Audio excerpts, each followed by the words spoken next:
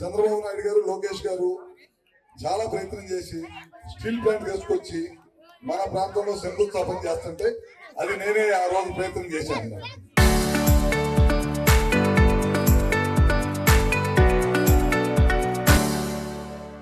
గతంలో ఒకసారి మీ జిల్లాలో కియా ఫ్యాక్టరీ తీసుకొచ్చారు. ఆ రోజు చంద్రబాబు నాయుడు గారు ఎంత కష్టపడి ఈ జిల్లాలో కియా ఫ్యాక్టరీ పెట్టాలి, చుట్టుపక్కల ఉన్న ప్రజలకి ఉపయోగం జరగాలి, ఉద్యోగాలు రావాలనే ఉద్దేశంతో ఆ రోజు తీసుకొస్తే ఆ రోజు ఏమన్నాడు, ఈ కియా ఫ్యాక్టరీ మా నాన్న తీసుకొచ్చాడు అన్నాడు. ఇట్లా అబద్ధపు హామీలతోటి, మోసపూర్వకమైన మాటలతోటి ఒక్కసారి ప్రజలు మోసం చేయగలిగావు. కానీ రాబోయే రోజుల్లో ఎప్పుడు కూడా నువ్వు ప్రజలను మోసం చేయలేరు, ప్రజలంతా అమాయకులు కాదని చెప్పి కూడా మీ అందరికి తెలియజేసుకుంటూ, ఇందాక 2 విషయాలు కరెంటుకి సంబంధించిన విషయాలు 2-3 ఎమ్మెల్యే గారు చెప్పారు. గతంలో కూడా 2-3 సార్లు కూడా చెప్పడం జరిగింది. ముఖ్యంగా ఈ గ్రామం వచ్చినప్పుడు ముఖ్యమంత్రి గారు ఈ గ్రామ వాసులు కోరిక మేరకు, ఎమ్మెల్యే గారి కోరిక మేరకు ఒక 33/11 kV సబ్స్టేషన్ ఇస్తామని చెప్పి చెప్పడం జరిగింది. తప్పకుండా ఆ సబ్స్టేషన్ కూడా తప్పకుండా చేపిస్తాము. అదేవిధంగా ఈ ప్రాంత రైతాంగానికి పవర్ కట్స్ లేకుండా, లో వోల్టేజ్ లేకుండా ఉండటం కోసం 220 kV సబ్స్టేషన్ అన్నారు. అది కూడా రిపోర్ట్స్ అన్ని కూడా ప్రభుత్వానికి వెళ్ళి అని చెప్పారు.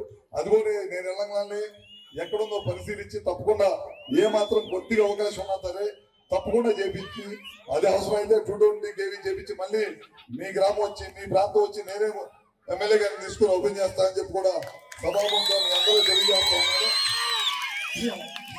గతంలో ఎమ్మెల్యే గారు అగ్రికల్చర్ కనెక్షన్స్ కావాలని చెప్పి అడగానే ఈ ప్రాంతానికి ఇవ్వడం జరిగింది. మళ్ళీ ఇందా కార్యక్రమాన్ని మా రైతులకి ఫస్ట్ అగ్రికల్చర్ కనెక్షన్స్ 600 పెండింగ్ ఉన్నాయి. ఇమీడియట్ గా ఈ సమ్మర్ లో ఇస్తే కనుక రేపు వ్యవసాయ సీజన్ వాళ్ళందరూ కూడా పంట వేసుకోవడానికి ఉపయోగపడింది అని చెప్పి చెప్పడం జరిగింది అనమాట. అవన్నీ కూడా తప్పకుండా అగ్రికల్చర్ కనెక్షన్స్ అన్ని కూడా తప్పకుండా చేపిస్తాం. నేను ఏదైతే వాళ్ళు ఇక్కడ మీ గ్రామం వచ్చి ఈ చెప్పిన మాట చెప్పానో అవన్నీ కూడా తప్పకుండా చేపిస్తాం. ఇంకా లో వోల్టేజ్ ఉన్న తర్వాత 33/11 kV సబ్స్టేషన్స్ అడిగారు. అర్జెంట్ గా అయితే 3 కావాలని చెప్పడం జరిగింది అనమాట. వాటిని కూడా ఇమీడియట్ గా చేపించేదానికి నేను తప్పకుండా ప్రయత్నం చేస్తానని చెప్పి కూడా సభాముఖంగా తెలియజేసుకుంటూ, ముఖ్యమంత్రి గారు ఒకటే చెప్పారు, మనం ఈ 5 సంవత్సరాల్లో ₹1 కూడా కరెంటు బిల్లు పెంచకూడదు. గడిచిన 5 సంవత్సరాలు 9 సార్లు కరెంటు బిల్లులు పెంచి జనాన్ని బాగా ఇబ్బంది పెట్టారు. మనమైతే ₹1 కూడా పెంచకూడదనే మాట చెప్పాడు. ఆ ప్రకారమే విద్యుత్ శాఖ ముందుకెళ్తుంది. మీరు చూసుంటారు, ఈ మధ్య కాలంలో ట్రూఅప్ ఛార్జీల్లో మనం 13 పైసలు తగ్గించాం. దేశ చరిత్రలో కరెంటు బిల్లులు పెంచడం తప్పక ఎక్కడ కూడా తగ్గించిందనేది లేదు.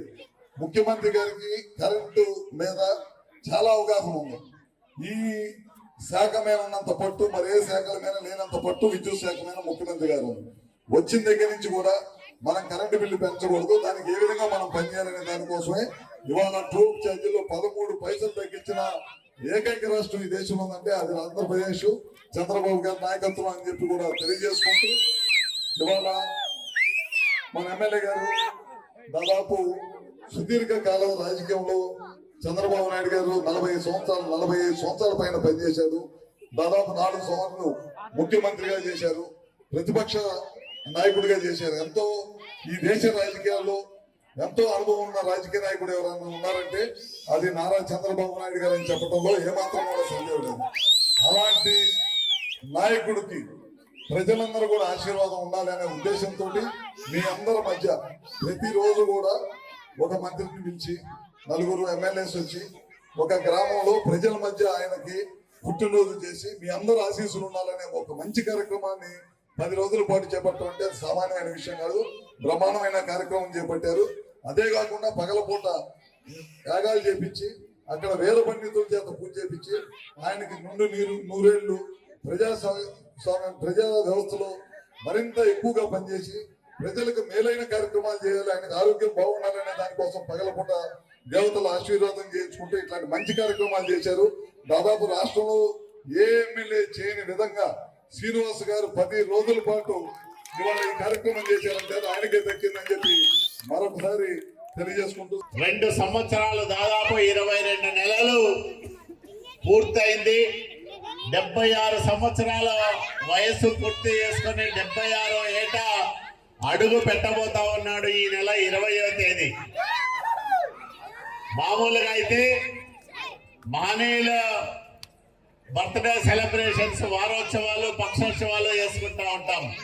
కానీ మన మధ్య తిరుగుతూ జాతీయ స్థాయిలో, ప్రపంచ స్థాయిలో మన తెలుగు వారి ఖ్యాతిని విశ్వవ్యాప్తం చేస్తూ ప్రత్యేకమైన గుర్తింపును, గౌరవాన్ని తెచ్చిపెడుతున్న మన నాయకుడి జన్మదిన వేడుకలను ఒక 10 రోజుల పాటు జరుపుకోవాలని నిర్ణయం తీసుకున్నాం.